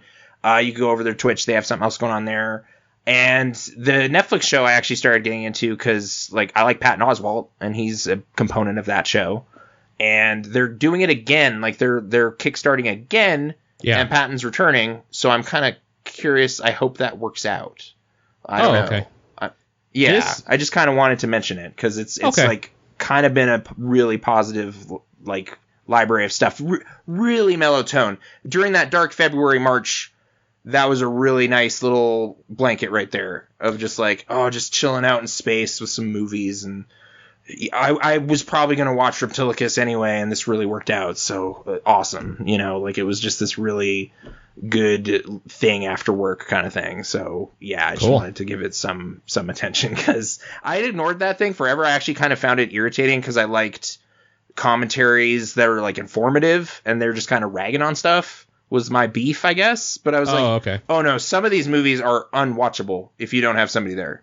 Like, See, I agree with you, and my stance is I'm just not going to watch them. Like, because it's it's like still never wasting worth my time looking at. Yeah. And also, I hate I have that fondness for like just dumb kaiju stuff and everything, and they kind of dig into that. So but no, sorry. Those are kind of better. So this is where YouTube comes in. It's like, let me see that 5-minute part that's worth watching. Okay, I'm done. Oh yeah. There's some little nuggets in there, but there's some laggy episodes though where it's just like, wow, the middle act of this really bad exploitation movie from the 50s is in fact impossibly boring. And then, but if it's like during that period when I was like up at 4 or something, it's like, hey, this is a great episode to fall asleep to, man.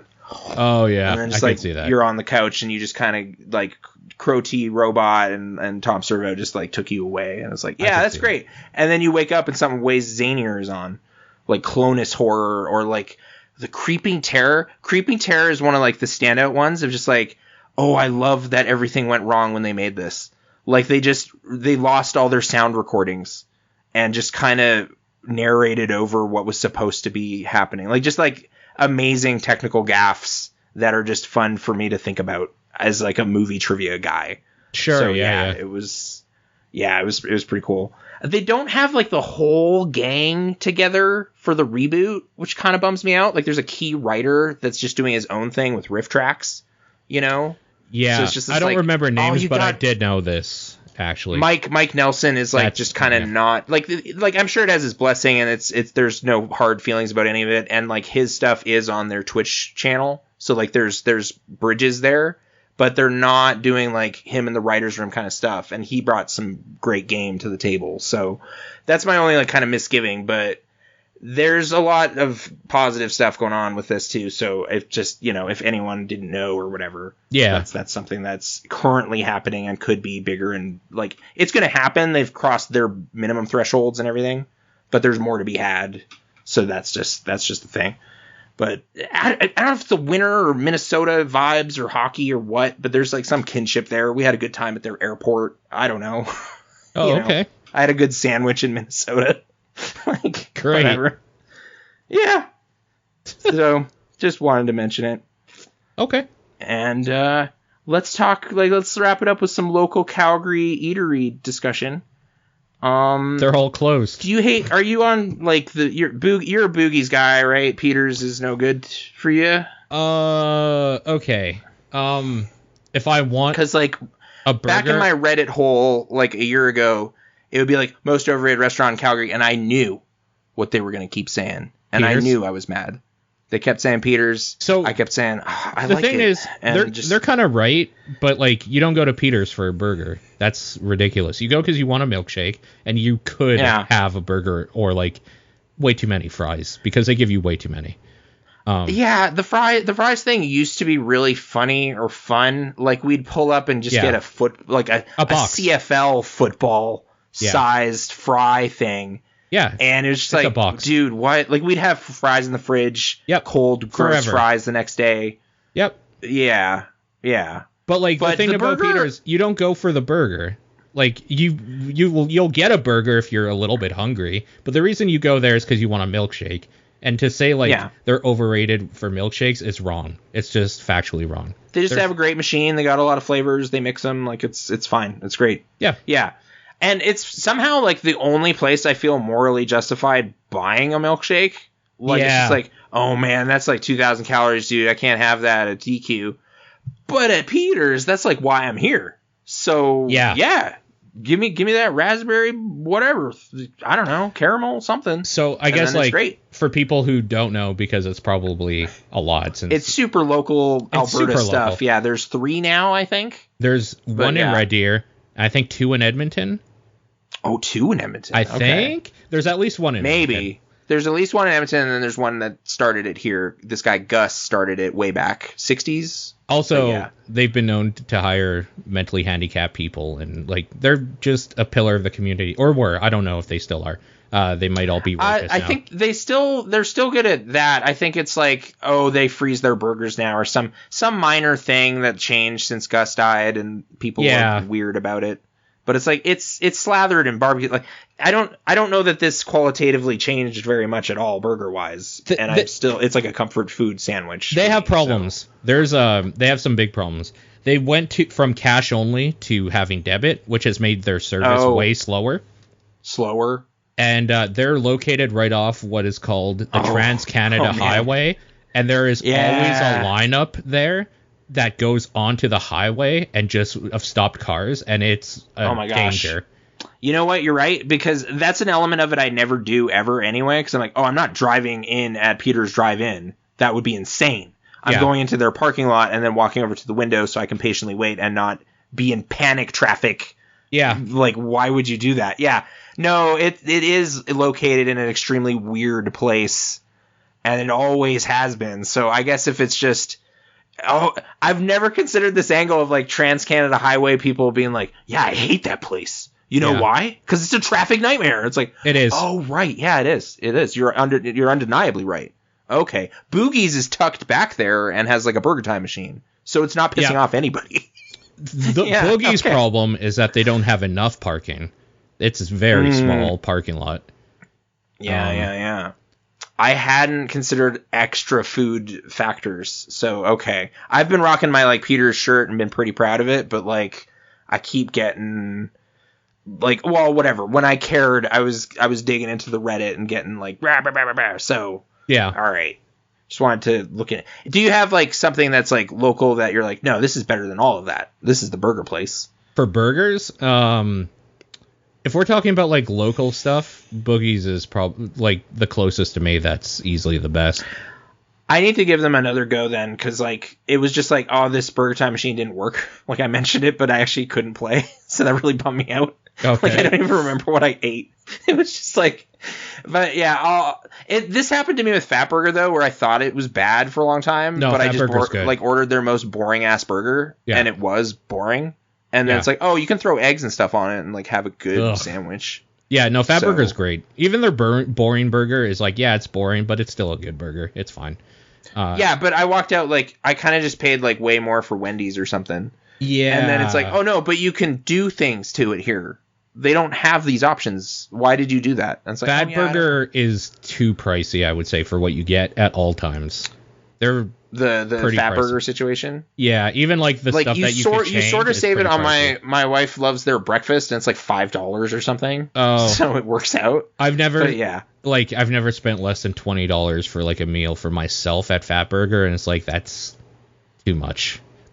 Yeah, there's downsides, but it's I don't know. It's still I think I wrote it off too early last time, so Boogie's is definitely still in play. And I think the one that people talk too highly of, that I don't think they're bad, but I think they're way overrated, is Five Guys. People need to shut the fuck up about Five Guys. It's good, but like Jesus Christ. I've had like up and downs. Those burgers don't keep for many minutes at all. I tried bringing one to work one time. True. I was like, oh, this is a soggy, horrible bag. What? I kind of like their hot dogs more than their burgers because they just put burger toppings on them. Same thing with Brittany. She only ever gets that. And the Cajun fries, which we enjoy. So the Cajun fries, they give me too much, I feel. Just because they're so salty that I get really, like, I can't eat anymore. Those, though, I finally, like, use differently. Like, we had some leftover ones. Like, I'm going to use these in a burrito and try to, like, do a California burrito. Oh, yeah, okay. Like, the next day. Like, just incorporate them elsewhere than just more salt bag. Because you're right. It was a bit much. Yeah. But, yeah. Just like, whereas I don't know, I'd do that with a Peter's fry. It's just like, this is just kind of deteriorated because they're shoestring. Now that we're composting, it's like you feel less bad. Yeah, but yeah.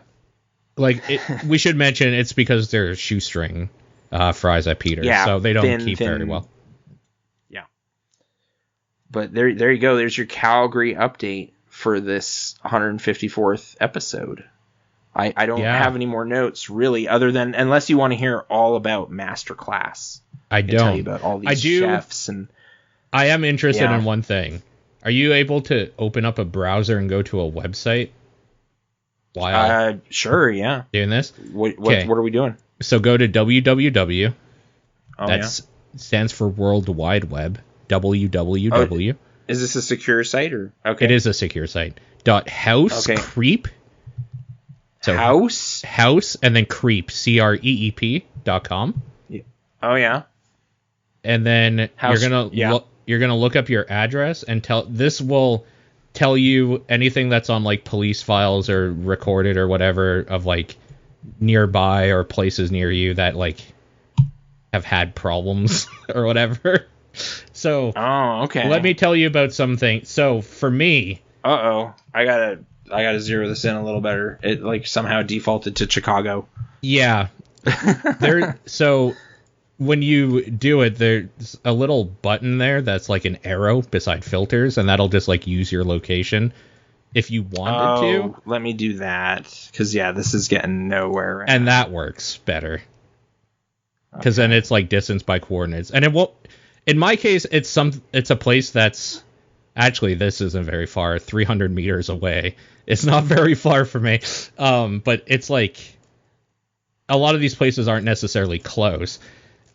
I'm looking for the first, so there's a lot of marijuana grow operation near me.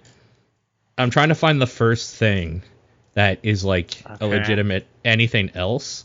Okay, I have one here. Man. 1.1 kilometers away from me. I'm struggling. Yep. 1.1 kilometers away from me. On Saturday, June 9th, police were called to a home in the 100 block of this place around 1:30 a.m.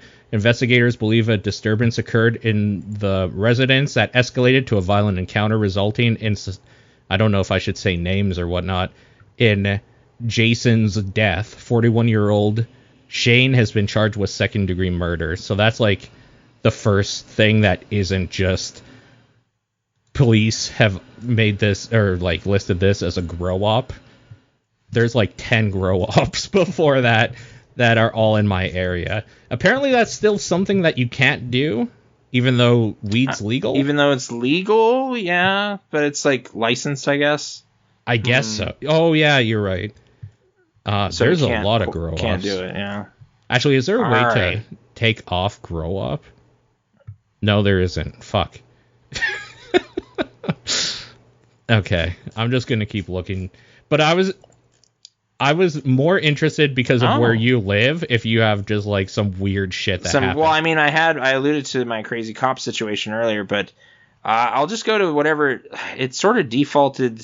I had to turn off privacy stuff because it was not allowing me to save the location. So now they know where I am, I guess. But what? But people, I have another one here. Oh wait. Oh dude, no, sorry. This is. Okay. Right, I'm assuming this is using Canadian units because I thought this was miles away, but I think it's kilometers, meters. It's meters and kilometers. Away. Yeah. All right, I guess I can just. That's why I was saying there's a place that's listed as a grow up 300 meters from me, apparently. Oh, this one's just sad, but okay. Well, all right, let's start with that one. Well, some gentleman named Brian worked in construction in Cold Lake, but took a trip to Calgary to visit his children. Not long after his arrival, the father of 5 died in a hospital on July 27, 2014. Police say a man struck him in an unprovoked attack at a downtown park and left him unconscious. Both men knew each other, and alcohol played a role, according to investigators. Paramedics tried to save the 35-year-old, but he succumbed to his injuries. So that happened right near here. But that was 7 years ago. We weren't even here. Yeah, so that's... Okay. Mm-hmm. Yeah, we got a nice marijuana grow operation right near here. Yeah, okay. We definitely did. We knew that. Like, we saw those dudes on the corner. It's just like, all right. I mean, my dispensary's over there. Like, I don't know what we're doing, but okay. Like, that's fine. Go down to the co-op again for something else. But okay. Get the gummies. I got another one here from 7 years ago. Man dies in house fire. 50-year-old man died. They seem to feel they don't even need to explain grow ops. It's just like a 2-sentence thing. Yeah. Like, grow op, shut it down. It's like, what if it was good? What? Okay.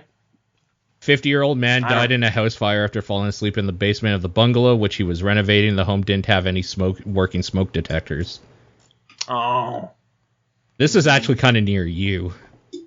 Because we're not too far from each other, so 1.5 kilometers away is getting closer. What is... Oh, whatever. Oh, my gosh. 2 kilometers away from a paranormal point of interest. The house looked nothing like it looks now.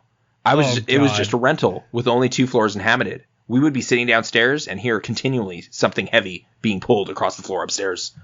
None of the residents were upstairs whenever this happened. Other times at night, we would hear heavy footsteps on the stairs. The first time, I was alone, and my roommate was 5 doors away. Like, it just goes on. Someone just wrote their ghost story here. Amazing. I heard the reaction of the cats. Yeah, amazing. Okay. Well, thanks for telling me about House Creep. Like, if we find a really, like, oh, dude, wait, I knew something was wrong with that place. Like, that's gonna keep us up.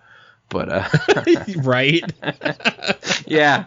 Just like, I did eyeball that house one time and went, I don't like how that stump looks. I really wish they didn't list marijuana grow ops. There's so many. Well, it's weird and judgy and like, well, at least they're not eating up much space because they don't even feel they need to explain it. It's just kind of like, you're not allowed to do that without a permit. So we had to shut it off. True. But okay. I have one more thing just as a quick catch up because unfortunately I go a little more into detail for each one of these. Oh, but sure. What do you feel about the Marvel shows just as a general? Have you been enjoying them? Oh, the Marvel shows? I felt like such a wet blanket with Wanda for big chunks of it, but I had like a dumb caveat. They cast like this character actor I really like. He played Cy Abelman in A Serious Man. He's in like the first episode. He's the boss.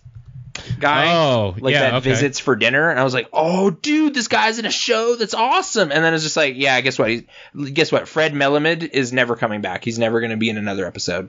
And it's just like every episode I'd be like, are we gonna get a little just something, just give him another scene, just give him, come on, I want him to have had more craft services, this guy's so great. And he was never there. But Catherine Hahn killed it, so I don't know. I still had a pretty good time. Overall, I thought it wrapped up well. I thought they got into behind it a little too fast for me. Episode 4 was kind of you could have teased it out more. I was patient. I could have dealt with a little more mystery, but they wanted to kind of start it rolling, and it's only 8 or whatever, wasn't it? So pacing, 9 I guess, for that, yeah. Yeah. But I know you guys did a recap show. Was your final verdict favorable or? So I really liked how WandaVision started, and I kind of liked the potential of it. The different eras and the TV tropey stuff they're pulling from. Yeah. And just the potential of it, and then it turns into shitty, stupid Marvel garbage. Something about I'm going through the barrier and now my eyes are glowing and I have weird powers. It's like, oh man, we're having another super character now out of this. I don't want that. What I had a problem with is that Vision literally fighting Vision and Witch literally fighting Witch, because that's how Marvel does things. And then the Vision just leaves.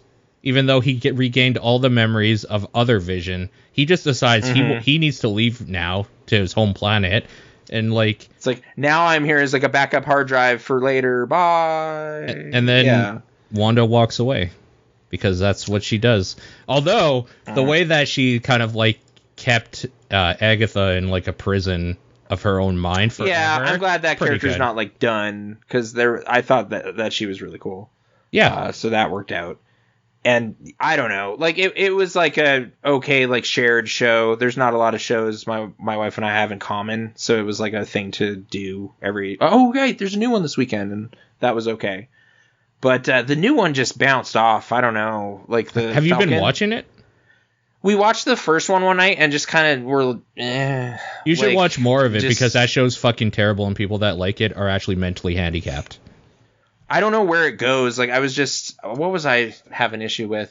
I don't know. There was little side story stuff with the sister. I keep joking about the spice rack and no one knows what I'm saying, but it's on the wall in the background of the sister's kitchen. Yeah. Huh, that's a good idea or whatever. It was just some dumb thing. I was way in a cooking mood at the time from all the masterclass. So it was just I should really see what I have over there. That was the only thing. But then her story about getting a loan for this fishing boat or whatever, I was somehow more interested in than all the other whatever. So if they keep doing that, maybe I should watch it. Okay. Never mind then. They very much devolve into, we're introducing a lot of characters and things that should be important but just somehow aren't because it's a TV show. Oh, man. I mean, my general vibe with the Cap stuff is just this is bad Metal Gear or something. This is just not the tone I want from any of this. Yeah, I see. So it's just not bad, but I have a source of this. I have a well I pull from for when I need espionage toned, weird over the top stuff. It's less espionage so at some point for what that's worth. Mm-hmm. It is espionage? It's less espionage. Oh. And okay, well, it's more about New Captain America, which is I started just mentally trying to list out it was just man, how far down the list are these two characters for characters I want a show to be about? And they were so far down. It was give me 50 Thor characters and give them shows. They're both give Guardians characters shows. They're both give D all tier. of these people shows. Yeah. Yeah. Sorry. They're both. What was that? D tier. Both D tier. C or D tier.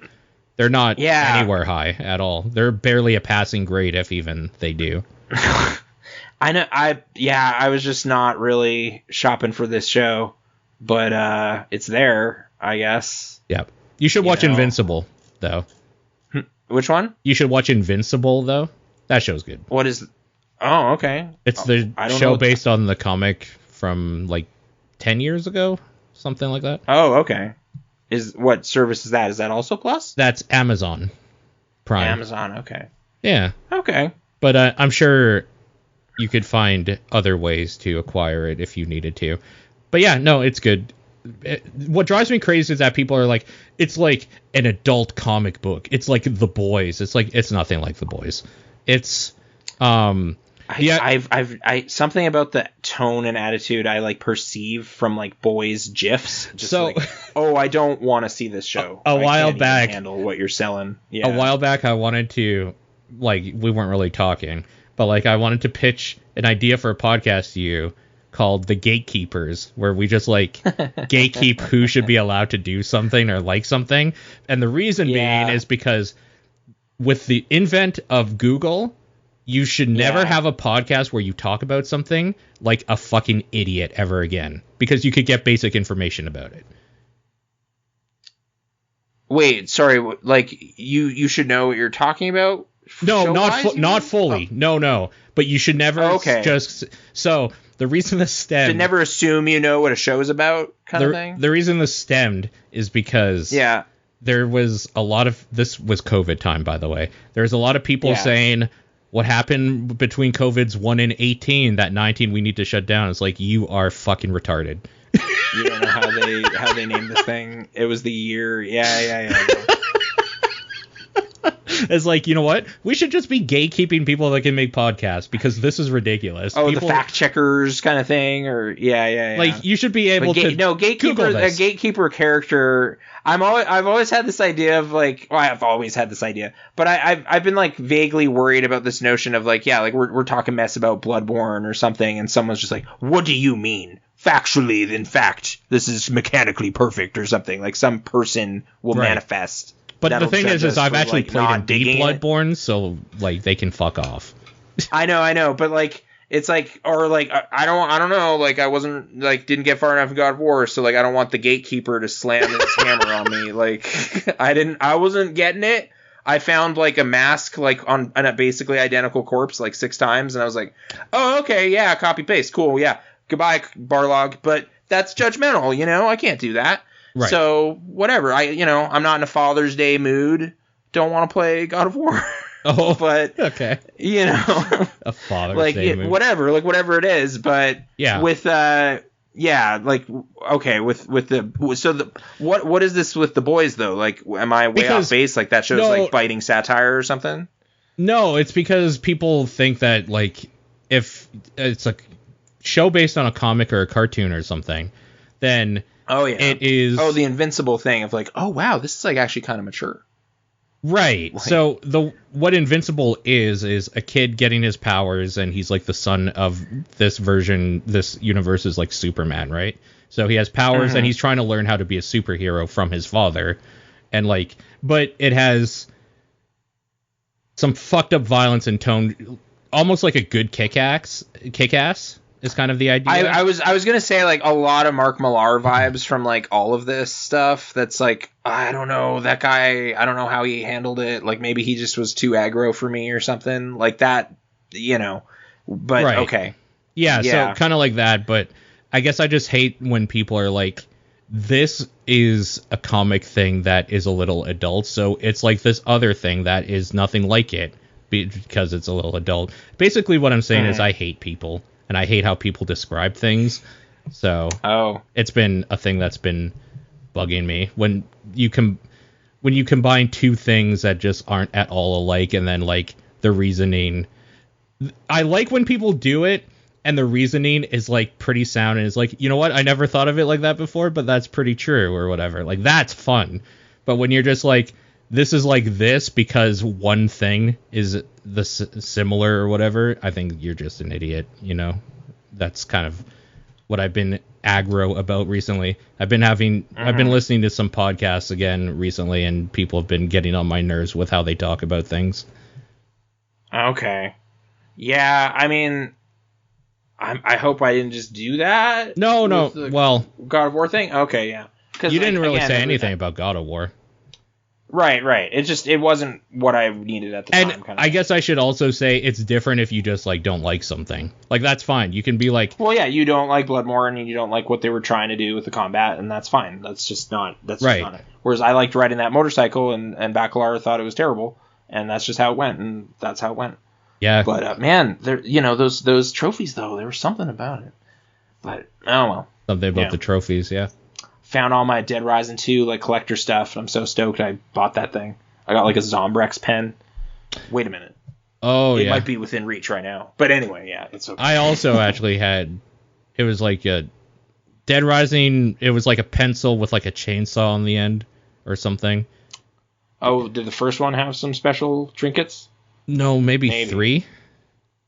Like, yeah, past 2, like, and all the stuff they tried with 2, I kind of fell out. Like 3, I just whatever. But anyway, that's the zombies. Okay.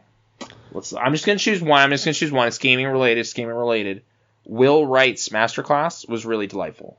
Like, just hearing that guy express his ideas and like he's really organized about it. That became like a really nice morning ritual for a while of just like, he's just like this chilled out Carradine or something, like just explaining all sorts of mathematical stuff that would normally be beyond me, but he's like really making it make sense.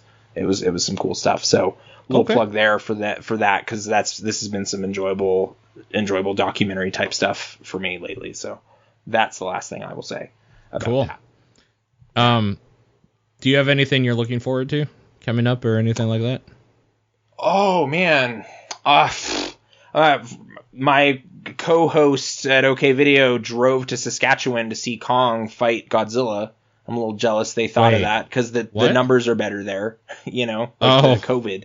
Uh-huh. So it's like, oh, yeah, I didn't even think about something that outrageous. I just was like, I guess can't see it, you know. Did you I would watch it, you know. What? You didn't see it? I have not seen it. Oh, have you seen it? I also have not yet. But is that due to no interest, or? No, it's due to me really wanting to, but Aaron doesn't want to, and we just kind of watch stuff when we're together. It's, like, available. Yeah. Yeah. It's been ready to go since it came out. Like, I've been ready to go with it, but yeah. And then I started hearing some bad things, so I don't know. I'm worried. I'm a little worried. I mean, okay, we did get an Oculus, and we're generally like pretty happy about it. But like, is Village even in VR? Like, are they doing that?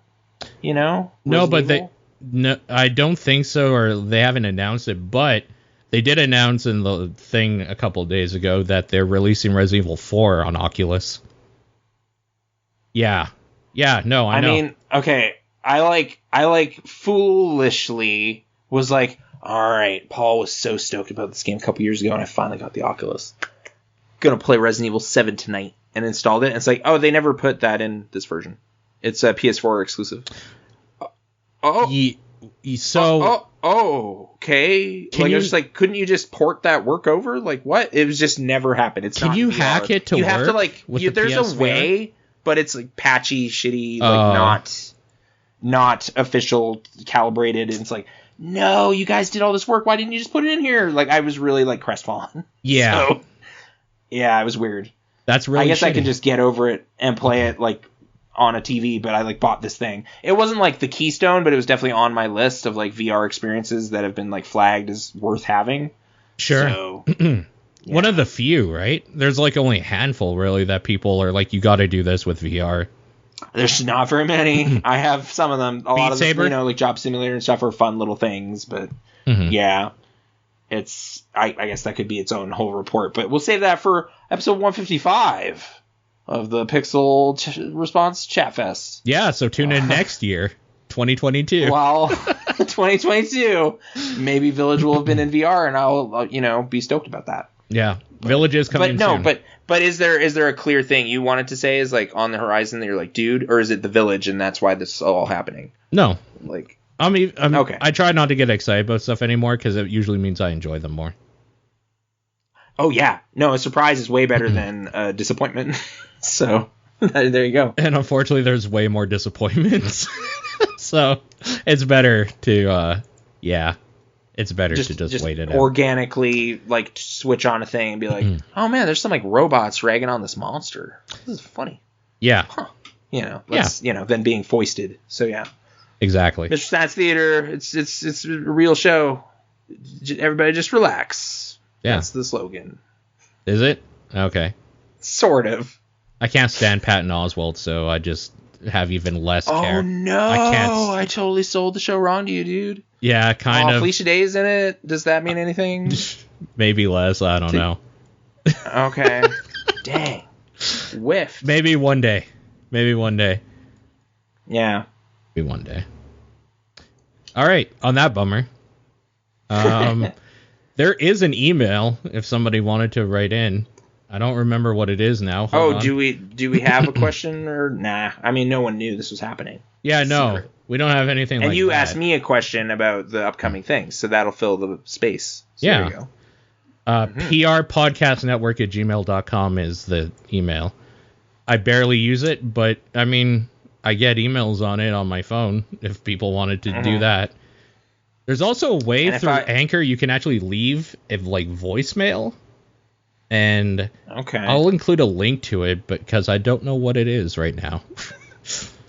Hey, let's do a classic little roundup because hey, top down perspective every Thursday. You guys get the gaming info, deep dives, news, all that great stuff. And over on the other end of the network, but not on iTunes because I just don't get it. OK Video, we got it on the Spotify and the Stitcher, and Google Podcasts sometimes works out if you got Hank helping you. Man, Google Podcasts is so bad. What is the problem? It's where I get my shows though, so it's where I'm looking, and it's why isn't the red dot there? I posted it. What's happening? But we're talking about Brain Out the Dead this week. It's a little heavy episode. It's a weird one to start with, but it's the one. So adaptation last week though, I posted a picture of a plant to promote it on Instagram because I'm trying to figure that out. Because his head is in a flower pot on the cover of Spike Jonze's film, so I thought it fit. That might be one of tag it with anything, so one person found it, but they thought it was good. That so I felt might be legitimately the best film that has Nick Cage starring in it. It's with the not my favorite, but he got nominated for an Oscar, the Academy approved of his work in that. Yes, we're big Vampires Kiss fans with him jumping around, but yes, for legitimate acting virtuosity, sure, yes, that is one of the highlights for sure. But Bring Out the Dead, no slouch. So if you want to listen to that, I kind of want to rewatch it.